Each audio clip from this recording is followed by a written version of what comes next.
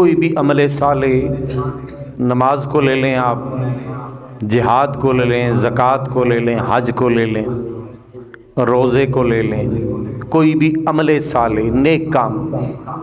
جس سے اللہ کی قربت ملتی ہو، جس سے اللہ کی رضا میسر آتی ہو، وہ رضا، وہ قربت، وہ سخا، وہ عنایت، وہ شفقت، وہ محبت ملے گی کب؟ ملے گی تب جب وہ عمل محبت کے سانچے میں ڈل کر جائے، جب وہ عمل عشق کے سانچے میں ڈل کر جائے۔ عمل اگر مجبوری میں کرے بندہ، عمل اگر ریاکاری کے طور پر کرے بندہ، عمل دکھاوے کے طور پر ہو، کوئی بھی عمل بندہ اس کی خاطر نہیں بلکہ کسی اور غرض کی خاطر کرے تو اس کی وہ حلاوت نہیں رہتی، اس کا وہ مزہ نہیں رہتا جو مزہ اس عمل میں ہوتا ہے جس میں سراسر محبت ہوتی ہے۔ اب دیکھیں رب العالمین کی محبت سب سے انتہا پر، سب سے کمال کے اوپر۔ اب سوچنے والی بات ہے کہ کیا دیگر محبتیں حرام ہو جاتی ہیں؟ محبتیں جو بھی اللہ نے ہمارے دل میں بسائی ہیں ان میں سے محبت حرام کوئی بھی نہیں ہے، لیکن کوئی بھی چیز جب اپنی حد کراس کرتی، اپنی حد کو، اپنی لمٹ کو جب وہ کراس کرتی ہے تو اس وقت وہ جائز ہونے کے باوجود بھی ناجائز ہو جاتی ہے۔ اگر ماں باپ کی محبت، اولاد کی محبت، یہ ساری محبتیں آپ کو راہ راست ہٹا دیں، صراط مستقیم سے ہٹا دیں، حلال کھانے سے ہٹا دیں، اخلاق کے رذیلہ آ جائیں، اکڑ آ جائے، تکبر آ جائے، نفرت آ جائے، نخوت آ جائے، تو اس کا مطلب ہے کہ محبت تو آپ کو ہے لیکن وہ محبت آپ کو کہیں کا کہیں لے گئی۔ تو باری تعالیٰ قرآن پاک میں ارشاد فرماتا ہے کل ان کان آباؤکم، اے میرے مصطفیٰ، اے میرے حبیب، آپ انہیں فرما دیں ان کان آباؤکم کہ تمہارے آبا و اجداد، تمہارے ماں باپ، ان کے ماں باپ، کل ان کان آباؤکم، ماں سے بھی محبت فطری چیز ہے، باپ سے بھی محبت فطری چیز ہے، بچے کی اٹیچمنٹ ہوتی ہے ماں کے ساتھ بھی، باپ کے ساتھ بھی، خون میں ایک کشش ہوتی ہے۔ باری تعالیٰ نے یہاں پہ یہ نہیں کہا کہ ان کی محبت حرام ہے، ان کی محبت سے توبہ کر لو، ان کی محبت سے پیچھے ہٹ جاؤ، لیکن یہاں پر جو درس دیا گیا ہے نا، کل ان کان آباؤکم، اب ماں کا بھی درجہ رب نے قرآن میں بیان کیا ہے، باپ کا بھی بیان کیا ہے، ان سے محبت کرنے کے بھی فضائل ہیں، اس کی بھی بڑی برکتیں ہیں، لیکن باری تعالیٰ یہاں پر فرماتا ہے کل ان کان آباؤکم و ابناؤکم،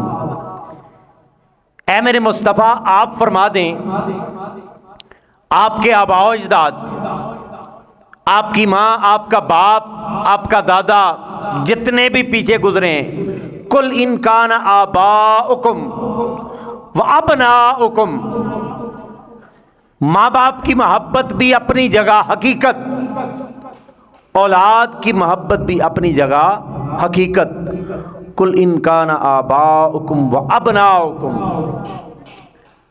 تمہاری اولاد کی محبت، کل ان کان آباؤکم و ابناؤکم و اخوانکم، اور تمہارے بھائیوں کی محبت، بہن بھائیوں کی محبت، بہن بھائیوں کی محبت، و ازواجکم، اور تمہاری بیویوں کی محبت۔ اب محبتیں گنوائی جا رہی ہیں، یہی محبتیں ہیں نا ہمارے اندر، ماں باپ سے محبت کرتے ہیں، بچوں سے محبت کرتے ہیں، بہن بھائیوں سے محبت کرتے ہیں، بیویوں سے محبت کرتے ہیں، اور اگلی محبت فَأَمْوَالٌ اقْتَرَفْتُمُوهَا، اور اس مال سے بھی تمہیں بڑی محبت ہے جو بڑی محنت سے تم نے کمایا ہے، وَأَمْوَالٌ اقْتَرَفْتُمُوهَا وَتِجَارَةٌ تَخْشَوْنَ كَسَادَهَا، اور وہ جو کاروبار تم کرتے ہو جس میں گھاٹے کا ہمیشہ ہمہ وقت ڈر لگا رہتا ہے، خوف لگا رہتا ہے، کہیں پیسے کم نہ ہو جائیں، کہیں خسارے میں نہ آ جائیں، نفع میں رہیں، گھاٹے میں نہ جائیں۔ اموال اقترفتموها وتجارۃ تخشون کسادها، اور جس کاروبار میں تمہیں گھاٹا تکلیف دے، پریشان کر دے، ومساکن ترضونها، اور تمہاری شاندار رہائش گاہیں، عالی شان رہائش گاہیں، لگژریس قسم کی تمہاری لیونگ سٹائل، ومساکن ترضونها، تمہارے مسکن ایسے جن کے ساتھ تمہاری طبیعت راضی ہو جائے، ومساکن ترضونها احب الیکم، یہ ساری محبتیں ہیں تو حق۔ ماں سے محبت کرنا بھی حق ٹھہرا، باپ سے بھی، بیٹوں سے بھی، بھائیوں سے بھی، کاروبار سے بھی، یہ محبتیں حرام نہیں ہیں۔ اور جہاں پر رہتے ہو اس گھر سے محبت کرنا بھی حرام نہیں،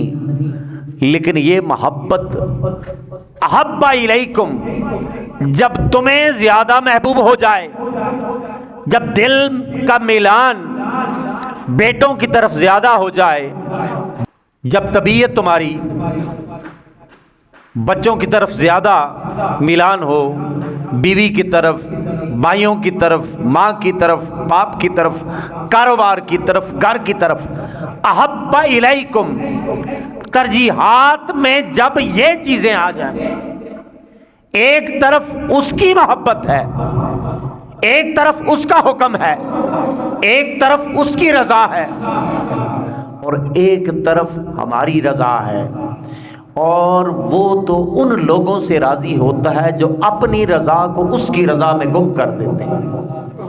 جو اس چیز میں راضی ہوتے ہیں کہ مولا جس شے میں تو راضی ہے میں تو اسی پہ راضی ہوں۔ ان لوگوں کو کہا جاتا ہے کہ یہ راضی برضا ہوتے ہیں، اور جو راضی برضا ہوتے ہیں ان کے اوپر مالک راضی ہو جاتا ہے، اور جن کے اوپر مالک راضی ہو جاتا ہے پھر انہیں کبھی کوئی پشیمانی نہیں ہوتی، کبھی شرمندگی نہیں ہوتی، کبھی دکھ نہیں ہوتا، بیماری آئے تب بھی پریشان نہیں ہوتے، مالی حالات میں تنگی آ جائے تب بھی پریشان نہیں ہوتے، الجھن آ جائے تب بھی پریشان نہیں ہوتے، کیونکہ ان کا دل ٹھہرا ہوا ہوتا ہے، ان کا دل قرار میں ہوتا ہے، ان کا دل سکون میں ہوتا ہے۔ تو سکون میں یہ دل تب ہوتا ہے جب بندہ اللہ کی رضا پہ راضی ہو جائے۔ رب العالمین نے جس حال میں رکھا ہے اس حال میں جب بندہ راضی ہو تو اصل میں راضی تو وہی ہوتا ہے۔ اور دیکھیں نہ بھی راضی ہوں تو کیا کر سکتے ہیں، لاکھوں روپیہ خرچنے کے باوجود ایک شخص اگر بیمار ہے،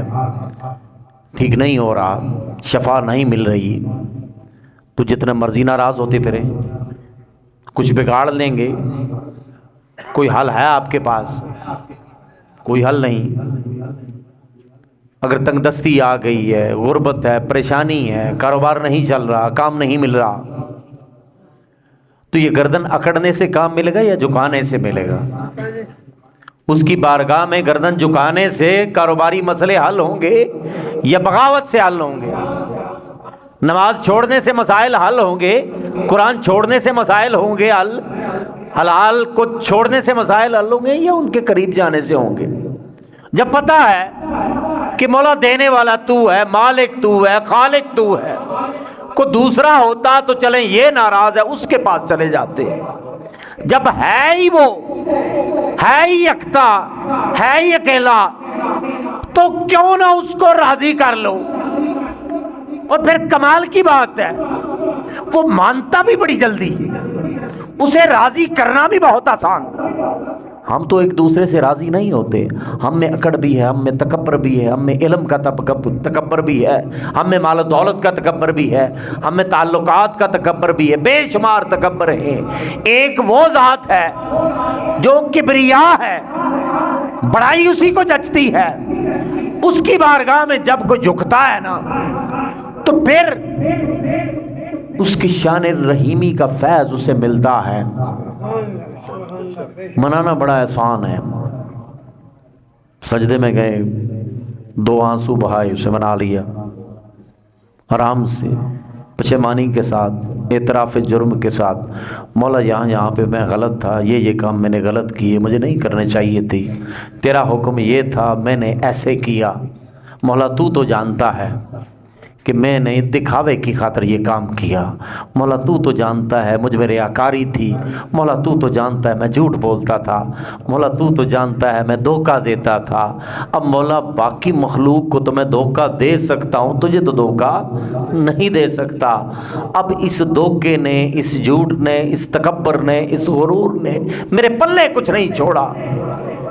تو اب چونکہ میں تہی دست ہوں، جولی میں کچھ نہیں، کہیں نیکی نظر نہیں آ رہی، عمر گزرتی جا رہی ہے، بال سفید ہو گئے، کمر جھک گئی ہے، اب مولا مجھے سمجھ نہیں آتی کہ میں کیسے تجھے یاد کروں، میں تجھے کیسے مناؤں، کیونکہ پیچھے دیکھتا ہوں تو ساری عمر بغاوت میں گزاری ہے، میں نے ساری عمر دوری میں گزار دی، صراط مستقیم کو چھوڑے ہوئے گزار دی ہے، اب مولا تیری بارگاہ میں آ گیا ہوں، اور فقط 2 آنسو بندہ بہا لے، یہ 2 آنسو سارے گناہوں کو بہا کر لے جاتے ہیں، جو اس کے خوف سے بہہ جائیں، اس کے ڈر سے بہہ جائیں۔ اور دیکھیں کیسا ڈر ہے، سانپ سے بندہ ڈرتا ہے تو دور بھاگتا ہے، ایسے ہی ہے نا، پانی میں ڈوبنے کا ڈر ہوتا ہے تو بندہ دور بھاگتا ہے، اس کا کیسا ڈر ہے کہ ڈر بھی ہے اور قربت بھی ہے، ڈر ایسا کہ اس کے قریب کر رہا ہے، یہ ایسا ڈر ہے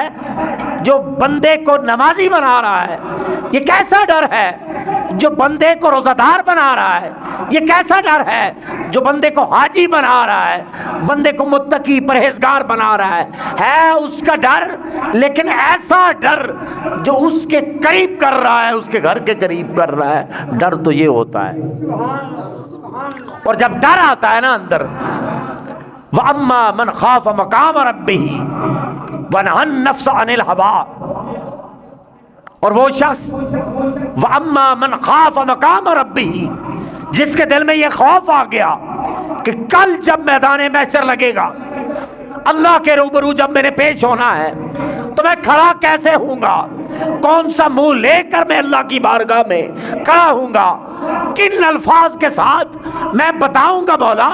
اتنی تو نے عمر دی، اتنی تو نے صحت دی، اتنی تو نے مال و دولت دی، اتنا تو نے علم دیا، یہ بھی دیا وہ بھی دیا، اس کے باوجود بھی مولا میں ناشکرا ٹھہرا، میں تجھ سے دور رہا، میں نفرتوں میں رہا، میں عقل میں رہا، میں بغاوت میں رہا،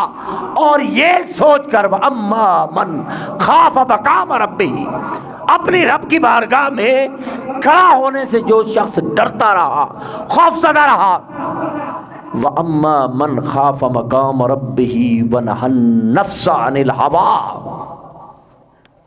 اس خوف کے ساتھ، اس ڈر کے ساتھ کہ کل کو اپنے رب کا سامنا کیسے کروں گا، اپنے خدا کا سامنا کیسے کروں گا، یہ خوف دل میں گیا، وَنَهَى النَّفْسَ عَنِ الْهَوَىٰ، پھر جو چیز نفس میں آئی، جو چیز دل میں آئی، اس کو چھوڑ دیا، اس خوف کے ساتھ کہ سامنا کیسے ہوگا، اس خوف کے ساتھ کہ مولا کا سامنا کیسے کروں گا۔ اب یہ خوف اتنا چھایا کہ گناہوں سے دور لے گیا، گناہوں سے پرے لے گیا، نفرت سے دور لے گیا، تکبر بھی نہ رہا، اکڑ بھی نہ رہی، گردن جھک گئی، آنسو چل پڑے، وَنَهَى النَّفْسَ عَنِ الْهَوَىٰ، اور آگے وَإِنَّ الْجَنَّةَ هِيَ الْمَأْوَىٰ، اللہ کے خوف میں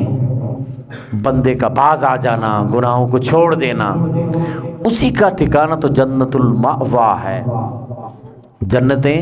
تو ان لوگوں کے لیے ہیں۔ تو میں گزارش کر رہا تھا کہ یہ جن محبتوں کا میں نے ذکر کیا ہے، ان میں سے کوئی ایک محبت بھی ایسی نہیں جو حرام ہو، نہ ماں باپ کی محبت حرام ہے، نہ اولاد کی محبت حرام ہے، نہ بیٹوں کی محبت حرام ہے، نہ بھائیوں کی محبت حرام ہے، نہ مال و دولت کی محبت حرام ہے جسے بڑی محنت سے کمایا گیا، اور نہ اچھی رہائش گاہ کی محبت حرام ہے۔ لیکن یہ محبتیں کب حرام ہوتی ہیں؟ جب when they exceed their limits، جب اپنی حد کو کراس کرتی ہیں تو پھر یہ حرام ہوتی ہیں۔ احب الیکم من اللہ ورسولہ، جب یہ محبتیں آگے چلی جائیں، جب یہ محبتیں سبقت لے جائیں، جب یہ محبت فوقیت پا لیں، جب یہ محبت، ان کی محبتیں ڈومیننٹ ہو جائیں، غلبہ پا لیں اللہ کی محبت کر، احب الیکم من اللہ ورسولہ، جب یہ محبتیں تمہیں اللہ کی محبت سے بیگانہ کر دیں، اس کے رسول کی محبت سے بیگانہ کر دیں، جب ماں باپ کی محبت سامنے آئے تو رب یاد نہ رہے، جب اولاد کی محبت سامنے آئے تو اللہ اور اس کا رسول یاد نہ رہے، جب مال و دولت کی محبت اس قدر ڈیرے لگا لے کہ نہ خدا یاد رہے، نہ اس کا رسول یاد رہے، نہ قرآن یاد رہے، نہ اس کے احکامات یاد رہے، نہ اوامر یاد رہے، نہ نواہی یاد رہے، نہ اس کا حکم یاد رہے، نہ روکنا یاد رہے، اگر سب کچھ بھلا بیٹھیں یہ محبتیں، احب الیکم من اللہ ورسولہ، یہ محبتیں اگر دل میں ایسا ڈیرا لگائیں، دل میں ایسا ان کا بسیرا ہو، انہی کا آستانہ ہو، اور اندر کہیں اللہ کی محبت دکھائی نہ دے، بظاہر مسجد میں بھی بندہ آئے، بظاہر روزہ دار بھی ہو، لیکن دیکھیں کمال کی بات ہے، ہم ظاہر کے پیچھے پڑے ہوئے ہیں، ظاہر سنور جائے، ظاہر کی پاکی کے لیے وضو ضروری ہے، دیکھا جائے وضو تو عبادت نہیں ہے نا، پڑھنی نماز ہے، بنا وضو نماز نہیں پڑھ سکتے، اور وضو کا جو طریقہ ہے ویسے ہی کرنا ہے، یا ایھا الذین آمنوا اذا قمتم الی الصلاۃ فاغسلوا وجوہکم وایدیکم الی المرافق، اے ایمان والو جب نماز کا ارادہ کرو نا، نماز کے لیے جاؤ تو فاغسلوا وجوہکم وایدیکم الی المرافق، چہروں کو بھی دھونا ہے اور یہ کونیوں تک دھونا ہے، اور مسلم شریف کی حدیث ہے کہ ہاتھ تو یہ کونیاں ہیں، لیکن آقا علیہ السلام ان سے تھوڑا اوپر تک جاتے تھے، آقا علیہ السلام ان سے تھوڑا اوپر تک جاتے تھے۔ نیت، سب سے پہلے نیت، اس کے بعد پھر بسم اللہ الرحمن الرحیم، شروع اللہ کے نام سے، شروع اللہ کے نام سے جو بڑا رحمان اور بڑا رحیم ہے، اس کے بعد پھر ہاتھوں کو دھونا ہے، ابھی وضو سٹارٹ نہیں ہوا، ابھی ہاتھوں کو دھویا ہے یہاں تک، اس کے بعد کام شروع ہو رہا ہے، یعنی کہ جس چیز سے آپ نے باقی اعضاء کو دھونا ہے پہلے تو اسے دھونا ہے، پہلے اسے دھونا ہے، عبادت ابھی بڑی دور ہے، ابھی بڑی دور ہے، اور خدا را وضو کرنا سیکھیں، وضو کرنا سیکھیں، اور اس میں شرم نہ محسوس کریں، بڑی بڑی ڈگریز لینے کے باوجود، بڑی بڑی لمبی داڑھی بھی ہے، امامہ بھی پہنا ہوا ہے، لیکن وضو کرنا نہیں آتا، قرآن پڑھنا نہیں آتا۔ میں کسی خاص بندے کی بات نہیں کر رہا، یہ تقریباً خاص کر پڑھے لکھے لوگوں کے ساتھ یہ المیہ ہے کہ وضو کرنا نہیں آتا، اور جب وضو ہی نہیں آپ کا تو نماز کیسے ہوگی؟ اس کے بعد آپ نے کلی کرنی ہے،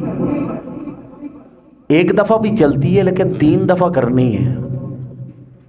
3 دفعہ کرنی ہے، 3 دفعہ ناک میں پانی ڈالا، دائیں ہاتھ کے ساتھ یہاں تک اوپر چڑھایا، بائیں ہاتھ کے ساتھ اسے صاف کیا، چہرے کو دھویا یہاں سے لے کر ادھر نیچے تک، ادھر ایک لو سے دوسری لو تک چہرہ دھویا، اور بازو جیسے ہم کرتے ہیں نا، this is not the proper way, proper way کیا ہے